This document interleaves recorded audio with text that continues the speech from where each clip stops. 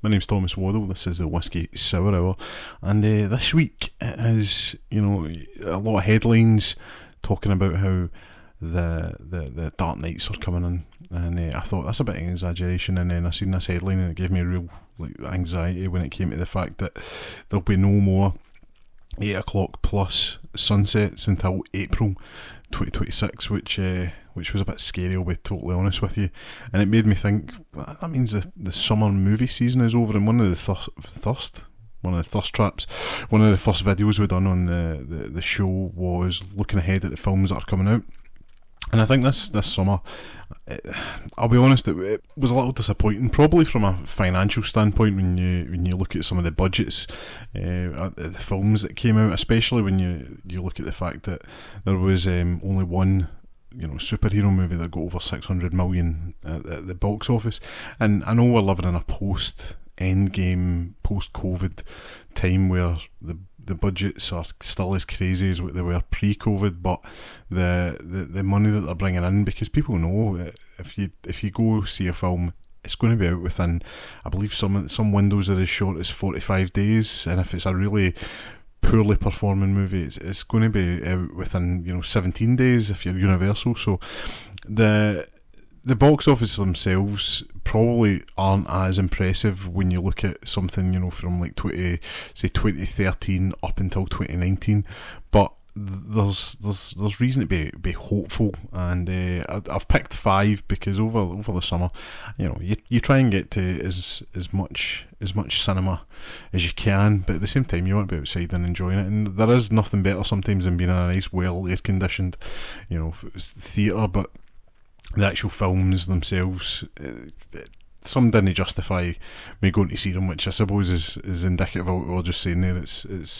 It's a rough time to be going to the cinema, just because a lot of the stuff they're making is like rehashes, and we'll go over what there is. We tried to go as often as I could to see unique films and films that I'm interested in. So what I've done is I've pulled together the five films that I have saw over the summer, and I've broken down the box offices, and we're just going to go over the figures here. It's probably a little bit, maybe a little boring to some, but I think the passion in which I talk about this shit, at least will give you an understanding, because it's not as simple as a film cost 100 million to make, therefore if it makes over 100 million it is profitable. That is not how this works.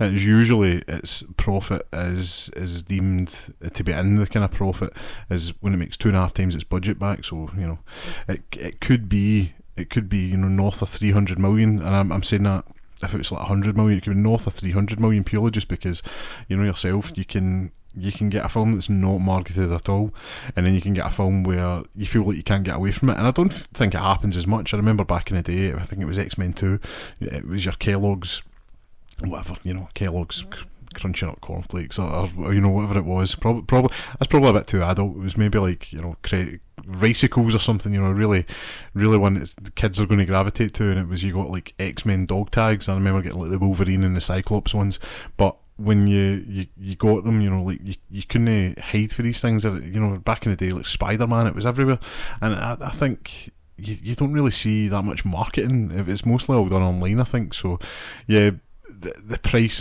of marketing can vary. It could be cheap, or it could be like I said, you could see it everywhere.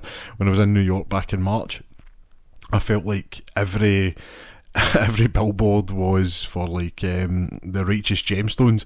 Now I ended up watching it because of that, so I suppose the marketing done its bit, but it was like, it's just crazy over there. Obviously it's more American facing than what it is here in Scotland, but it was it's definitely something you still see, and hopefully with the Cineworld supposedly closing, but it's been taken over by an Irish movie cinema chain, and apparently they've done really great things with the Empire. Hopefully we get to see the big, was it 4-story high posters that used to gleam across the glass, and it's quite good going on. If you go into Google Street View on Renfield Street and look up, it's always fun to see. I remember when that big poster was there. So yeah, we're going to go over the 5 films that I saw over the summer period there, starting off with the film actually ended up doing a review on, which was Superman. Now, the production budget, these are coming from a lot of places. I've tried my best to kind of get them from, Box Office Mojo, those kind of places. So that's the majority of where the numbers comes from. But 225 million is what the budget was. And as of now, it's sitting at $606 million dollars at the worldwide box office. Really doing poorly outside of America, with 258 million, so just shy of 260. In America, 348 million it's made. So it's done a lot of its business domestically, which is usually different. It's usually like, you maybe do a third in America, and then the rest of the world, it'll make up the rest there. So a lot of things to take into consideration. One, and I think it's a big one, because you see a lot of people saying, "Oh, never done as well as Man of Steel." One thing, remember, that came out in 2013, post The Dark Knight. It had Jonathan Nolan, because I was watching something to do with Fallout. It had Chris Nolan's name plastered all over it. You post Avengers, everybody was off their heads on the superhero films. So when it came out, it's been big. Superman, it was having to re-establish itself. This Superman is coming out of the ashes of the DCU. So all the Henry Cavill movies, the Gal Gadot, the Ben Affleck, it's coming for the ashes of that, and it's having to almost like rejuvenate itself under James Gunn. And I think it done a really good job. I know a lot of people were a bit taken aback with how comic booky it was, and the likes of having Crypto the Superdog in it. By the way, it's going to be like full spoilers if we're talking about these films, so it's you've been forewarned. But yeah, when you take into account what it's setting out to do, and set up a world that we'll end up talking about Peacemaker, because what it does is it sets up a world, and then at the end of Peacemaker season 1, there's a cameo from the Jason Momoa, Ezra Miller flashes, those characters, and you were wondering how they're going to set this up, and basically they just go that this has always been the case, and forget all that. If you watch Peacemaker season 2, you'll see that, and it's making me excited for what's to come, because Superman is very much like PG-12, you could show your kids it and not worry about it, and then you'll see Peacemaker turns up in that as a quick cameo, and then you see the Peacemaker TV show. You'll be like, I'm going to maybe sit down and watch that with your kids, or parents. Do not do that. It is hard R, as they say in America, probably sitting between a 15 and an 18 here. Ultra graphic, ultra violent, and ultra funny, to be honest. It's really good. In that world, there is like delineation between this is appropriate for kids, this is appropriate for adults, whereas I think the Marvel movies suffer, and the Marvel TV shows as well. The most interesting stories are done on the kind of small screen, when you've got the Netflix shows back in the day. Those were, very much adult orientated, and they were able to make, choices that they wouldn't be able to do in the film. And you're never going to get like a Joker with like the Marvel movies because of that, whereas DC seems to take a swing. So you've got your DC Universe films, which is our DCU, and those are all independent of Warner Brothers.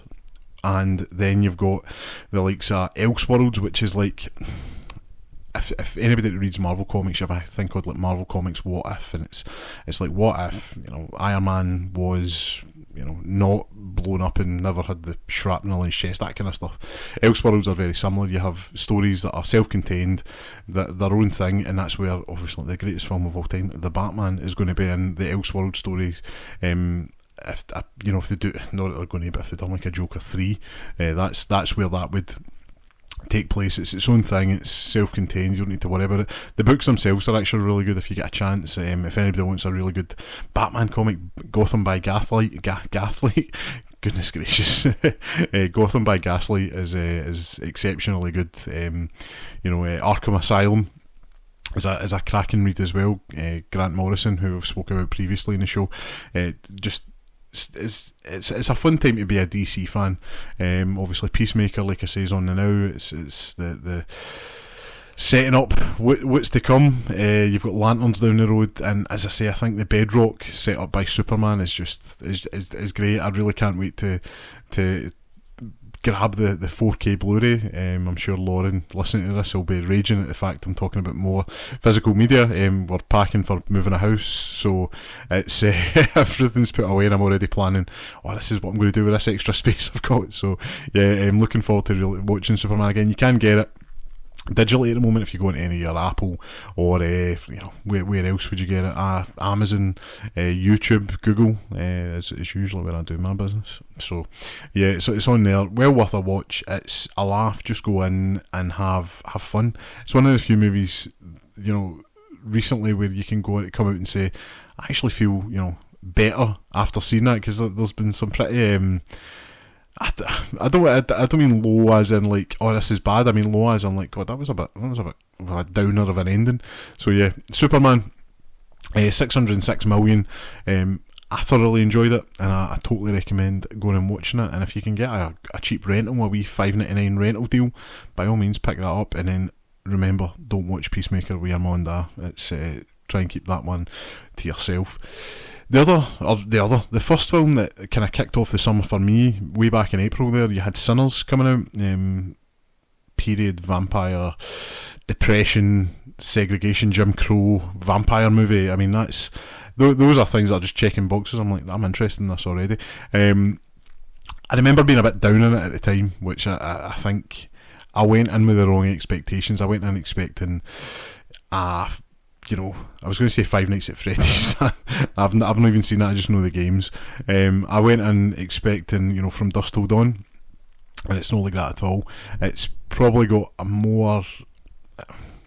I think if you're into your music, you'll enjoy it, because it's all about music and folklore, and I was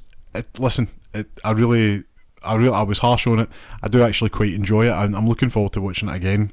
When it comes to, I imagine Max, when it comes out in the UK at some point in January, I think, is when Sky finally relinquish the rights to HBO. So hopefully Warner Brothers do a deal there where it's on, we can get it. So yeah, that itself came out nice. Ryan Coogler, 90 million, a really, really exceptionally box office from it was 316, I believe, total.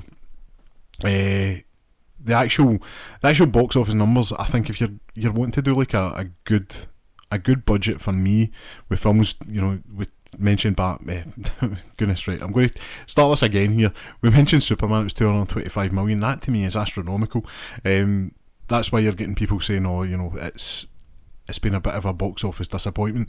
The likes of Sinners, 90 million, and it made 316 million worldwide. You can't argue that's a great return, and you're probably going to see a lot more movies leaning into that kind of lower budget now. And I say lower budget, it's still maybe like 100 million, 100 to 150 million, because there is one movie in here where there's 100 million difference. Was it 200 or was it 300 million? So That to me is the difference between being profitable and being an absolute bust, and then you can just kind of pretend, but it made 600 million off a budget of 300 million potentially. Like I say, that's crazy. That's your 750 to 800 million just to be profitable is crazy. But Sinners, rave reviews, rave audience scores. It's probably going to be an Oscar contender this year, which is crazy when you think a horror movie could potentially win Best Picture, and all the more power to them. I think that's brilliant. It's great for the genre. I find horror to be the weakest of the genres, and I'm sure I'll get some flack for that, but I find it to be, it can almost insists upon itself.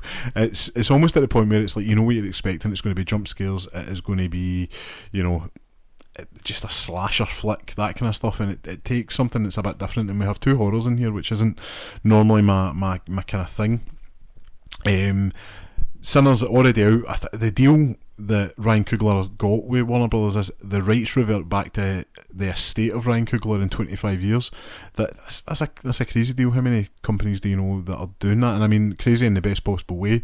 Well deserved. The money that the film's made. You'll probably not hear any talk of sequels, similar to how we mentioned Joker earlier. There was no talk of Joker 1 until long after the awards had been given out, and Joaquin Phoenix and I think I'm going to butcher her name, but Hildur Gottlieb won for Best Actor and the Best Soundtrack. So I don't think you'll see any. I don't think you'll see any sequels or prequels announced until then. Although it does end, and don't do what I do and just walk out the cinema. There was an after credit scene, which is, again, sometimes it kind of, you roll your eyes, you're thinking after credit scenes in every movie. So yeah, well worth watching, Sinners. You can get it everywhere now. It is out and about. I enjoyed it, and as I say, I was really harsh on it. My review should probably be, put to rest. I'd maybe remove that one, but I feel like, for posterity we should leave it up just to show that people do grow and change their opinions. But yeah, 90 million, 316 return, and God knows how much it made on like VOD and rentals and stuff. So yeah, it's going to be smashing it. The final superhero movie that I saw this year, I didn't go and see the likes of Thunderbolts or Captain America. I just didn't fancy them. But Fantastic Four, with the likes of Michael Giacchino doing the music, that to me is a big seller. I tend to go and see a lot of his movies, so the fact he was doing the music, and it's a bit of an earworm if you listen to the Fantastic Four theme. It's very much, once you listen to it, you will be humming it most of the time. I was out a walk with the dogs this morning, and after, I don't know, is it the kind of right thing to do or the cool thing to do? Sometimes with Spotify, I'll put on the virtual DJ, and he was like, this is things you've been listening to in the past. And he put the Fantastic Four on, and it's just such a good song. The film itself, while I enjoyed it, that's damning with faint praise, because I went in with no expectations. I was not looking forward to the film, and with a budget of 200 million, it's going to just break 500 million. So, like I says to you, it's not making money, unfortunately. When I say damning with faint praise, I mean it, and I suppose the best possible way. I went in with no expectations. The film itself, you can tell it's been cut up a good bit. There's a really interesting couple action scenes at the beginning, and I wanted to see more of it. And when it just cuts to something totally different, it does kind of take you out a little bit. And especially when you've got the likes of John Malkovich, who was supposed to be in the film, being removed, it becomes a bit disappointing, because I would have liked to have saw that. Like I say, the budget was 200 million. It's probably reflective of the state of Marvel at the moment, that a film like Fantastic Four isn't performing the way it should be, because it's well made, well acted, well edited, well directed. Everything about it's done really competently, but the films that have came out prior have been really damaging. And I've not saw the Thunderbolts yet, and I think I'm going to wait till Christmas. I think that's going to be like, when you're off for a bit of time over Christmas, I think I'll maybe hunker down and watch some movies there. But I know that's supposed to be good. I know Captain America's got pretty poor reviews, but the damage has been done with, like, say, Eternals, and even Shang-Chi. It's a fine movie up until the last half, or the last act, and it turns into a big CGI mess. And I think people are becoming aware of this, and it's more difficult to get people out. The actual film itself, as I say, it's set in its own contained universe. It's not like Elseworld, that is actually part of the MCU, but it's its own universe. If you know what the Marvel movies are building to, it's basically going to be Doomsday, and it's going to be like all the different universes are crashing together, which basically means all the different film companies that have made, like the likes of Fox done the X-Men movies. I'm sure the Spider-Man will turn up in there as well. Everybody's just going to be back again. So that's what it is. So this is its own separate thing. And being totally honest, as I say, we're going to be spoilers here. It really doesn't set up anything other than there's a slight tease of Doctor Doom at the end. Now we know Doctor Doom's played by Robert Downey Jr. He does not turn up in the film, and it's frustrating, because there is a really good film here, and I feel for whatever reason they've decided to chop and change. It says a lot about a film when I want to spend more time in that world, and we're that used to films being 2 hours 20 minutes. Sometimes it's nice to have a wee 90 minutes to 2 hour movie, but when you don't get enough, and I found this with Superman as well, I maybe had an extra 10-15 minutes. Same with Fantastic Four. It could have done just with a little bit extra time in the oven, just to get it get it right. It's well worth watching. There's really nothing. It's just good. Like there's nothing in it where you're like, oh, that's poor. I'm like most people. Pedro Pascal I love, but he is a bit oversaturated, similar to The Rock for a few years ago.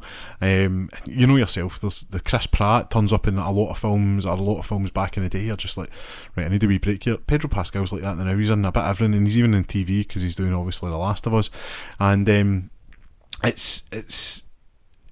takes you out a wee bit when you see that, but the actual performance he gives is Reed Richards is fine. Like it's a fine movie. The best part of the movie is when there's a space chase basically, and it reminds me of like what Star Trek used to be, especially the original series. It's very much like campy, fun, but there is a sinisterness to it as well, and that's about the best thing that works. The actual film has very little stakes that are in a sense that when you've got Galactus, who is like a galactic size threat, so you would think, you know, this guy means business. He gets punked. He gets absolutely punked out, and it's just there's just no oomph. There's no oomph to get you excited once that's done.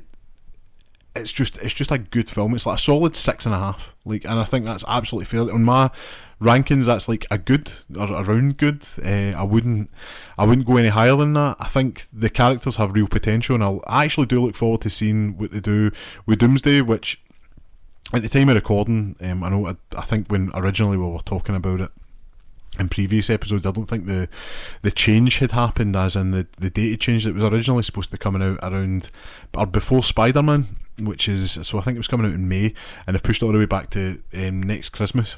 And I think that's the best thing to do, because they're filming apparently with no script, and that's just a recipe for disaster. And I think that's why the DC films are going to be doing really well, because they're only getting filmed once there's a script cement in place, solid. That's what's happening. Too many films start, they're trying to figure out the characters as they're going, and it's only going to be detrimental to the film, because sometimes you do get that disjointedness. If anybody remembers back to, and this is not Shane Black slander, who I love, the Predator film from maybe 6-7 years ago now, the actual ending of that film was reshot that many different times, and then they actually changed the entire final kind of third of the film, and you can tell when you're watching it, it just removes you from the film. So hopefully it's given a bit more, we mentioned earlier, the oven, hopefully it's given a bit more time in the oven to stew and just, you know, get better.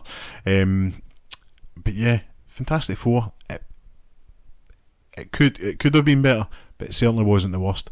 The only thing that is bad right now, that box office is a bit lame, but it is what it is.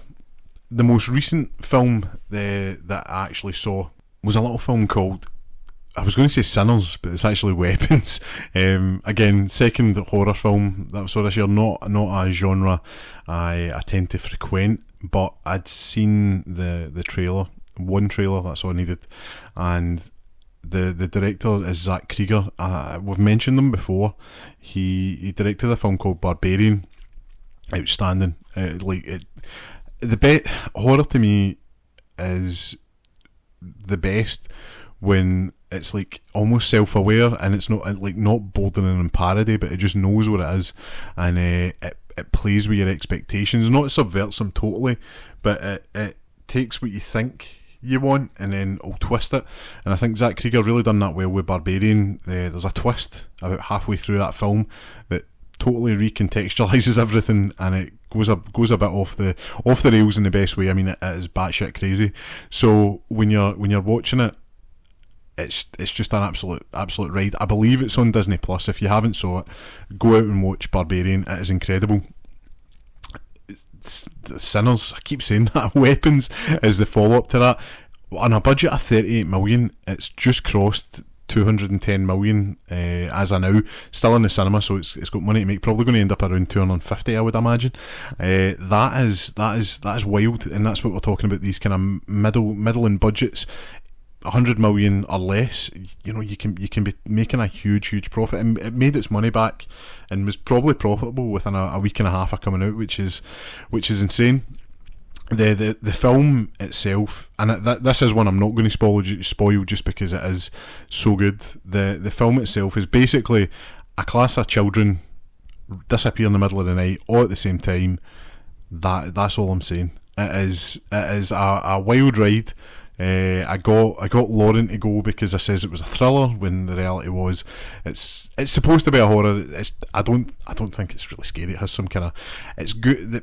It's got some good jumps in it, and I don't mean like jump scares, but to me the best horror scenes, and I don't know if you'll agree, are if you're in camera, so the camera's focusing on the actor, and there's something in the background, whether that's there's somebody there and you know they're there, or say the Alien TV show that came out just recently, there's a really good shot in episode 2 I think it is, where there's this modern art sculpture in the background, and you know it's there, it's like a fountain, and you know it's there, and the characters are talking and they're doing like, you know, back and forth shots, and then the camera pans back to a character, or you know, it cuts back to a character, and all of a sudden you realise, oh wait a minute, the alien was on that sculpture and it was part of it, and that recontextualises what you're seeing.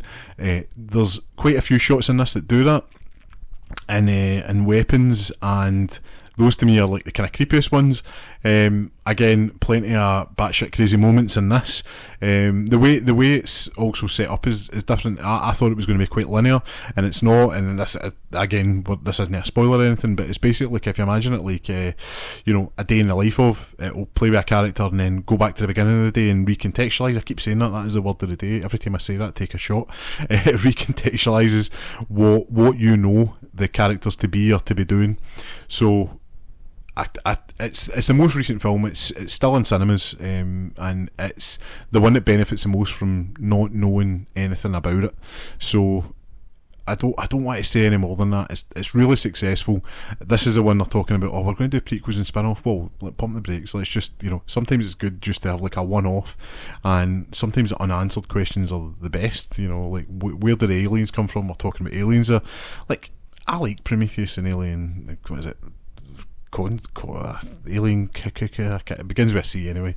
I'm sure somebody will shout out. It's no Romulus, that was the most recent one. But Covenant, there we go. Alien Covenant, I never even googled it just came back to me.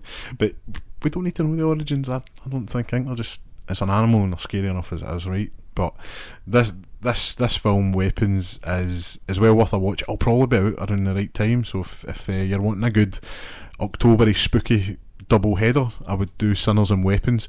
And if it was the way I was going today, I would have been saying Sinners and Sinners, because for whatever reason I just couldn't get Weapons out. But Sinners and Weapons would be a cracking double feature if you get a chance at Easter. Jerry, you go, it's ruined. Aye, that's right, have your Easter eggs and watch this. No, Halloween, it'd be brilliant to sit down and watch these two as a double header. The last film, and this is by no means the least, this is just because it's the most ridiculous budget, F1. So I booked tickets for this. I'm massive fans at the podcast, Joseph Kaczynski. We've mentioned Tron Legacy probably far too many times, and the fact that Ares is out in less than kind of 2 months is frightening. F1 is the follow-up to Top Gun Maverick. It cost, and this is eye-watering, 200 to 300 million. Apple do not care. They will give you all the budget you want. I was going to say co-funded, but I don't think it was. I think the release strategy was helped by Warner Brothers. Whether they put money into it, I'm not exactly sure how the split works, but it's a co-production, shall we say, between Apple and Warner Brothers. So out in the cinema, it's classed as a Warner Brothers film, but it will be going, you'll be able to rent it everywhere, but at some point it'll end up on the Apple TV streaming service. What a spectacle this movie is. My only complaint, and we'll get to it in a short time, is it's a wee bit too long, and I'll explain why in a minute. But the film itself is a sensation when it comes to how films are shot and just the feel of a movie. Now, I've never been in an F1 car. I don't plan on being in an F1 car, but this was very cool, and it is as close, I think, as you could get to seeing it. To being in an F1 car is seeing this film. The 4DX, the experience that I had when I was there was probably the best 4DX experience I've had, and I don't think 4DX is like the be all and end all. I don't think you need to go and see a film in 4DX. I think it's like if a film warrants it, like it's, remember back in the day, everybody has to go and see Avatar in 3D. Tron Legacy, speaking of Joseph Kosinski, that was a film that was like Tron Legacy 3D boom, and it was like the selling point. This very much was, I think, if you want to add a little bit extra kind of jazz and pizzazz to what you're doing here, getting your 4DX seats and get sprayed in the face and strobe lights going off. The film itself, Brad Pitt, Sonny Hayes, former F1 driver who ends up just driving everything. I actually think the opening race is maybe my favourite part of it. It's just very cool. I don't even want to spoil the song choices in there, but Led Zeppelin are played, that's all I'll say. And it's for the entire scene, so it's pretty cool. But yeah, Sonny Hayes comes out, I was going to say comes out of retirement, isn't he? He's like racing, and he just comes on board to help a former friend who has an F1, as we all do. How many friends do we have that have F1 teams? But yeah,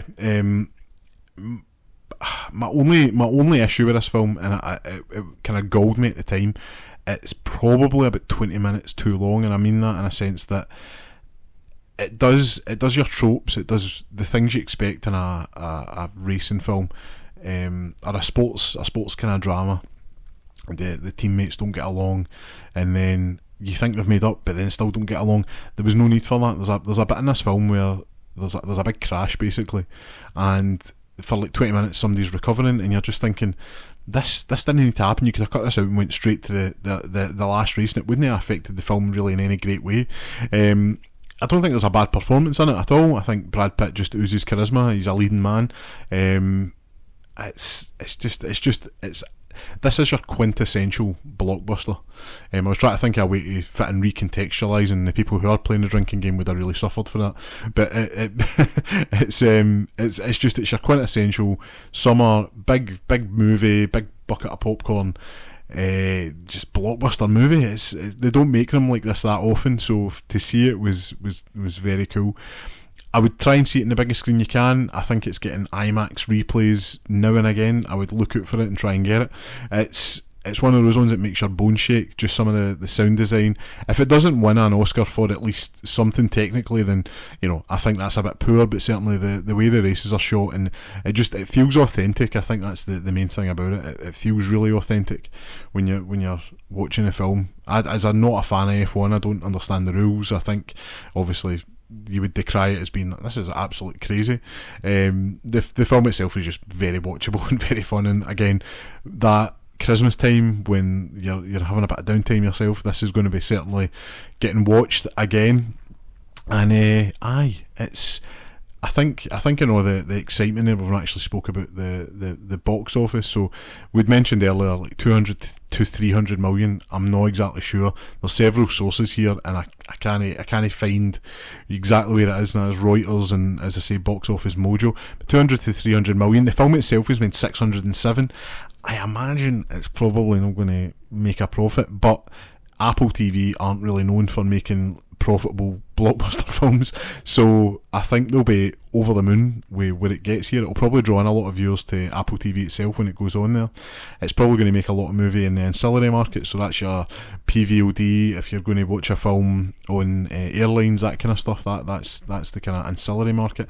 It's very much a film that's going to roll on and roll on. I think it'll probably not have the legs of Top Gun Maverick. Obviously it's not made anywhere near where that is, but the film itself is going to be one of those ones that I think you'll find, like a parent just, it's half the movie's been on, it's on Channel 4 because they're still watching network television, but they'll be on and then they'll just sit down and watch the rest of it. And that's the kind of movie I think this is. I think it's going to be one of those ones that's going to stick with a lot of people. It's highly enjoyable, and it's probably one of the best experiences I've had this year. Not just the 4DX, but just the way it's shot. It just, you know what it is, it's just very cool. It's just authentic and cool, and I think that's all you really need when you go to the cinema. What have you been seeing at the cinema? I know it was a big part of the podcast, and we kind of got away from that when we were doing a lot of our interviews. But it's a big part of my life. It's a hobby that I really enjoy, and I hope talking about it is interesting for me as it is to you. That isn't even what's supposed to be saying. I think, this is the Whisky Sour Hour, and there maybe has been a little tipple had here and there, so we're not going to go any further than that. That's all you need to know. But what have you been seeing? Let us know in the comments. Remember, if you want to get in touch, you've got contact at thewhiskeysourhour.com. All the links are in the bio, as you well know. But if you want to get in touch, email us at the Whisky Sour Hour. Contact at thewhiskeysourhour.com. See, we're going off the rails again. If you want to get in touch through Facebook or Instagram, at the Whisky Sour Hour, you'll find us on there. Give us a little follow, and the YouTube page is at the Whisky Sour Hour. So is the Spotify. We're on every major podcasting site. Wherever you get it, we will be there. Just drop us a little follow. It costs nothing, and it's a huge help to the show. And if you're really enjoying the episodes, drop us a wee like as well. That has been everything for it this week. I hope you have a great one. That's the summer byway. We're nearly in the Bears, which is that something that people keep saying? I've only just heard everybody talking about, we're going into the bear months. I did not know that was a thing. So September, here we come. I've been Thomas Waddle. This has been the Whisky Sour Hour. Cheers.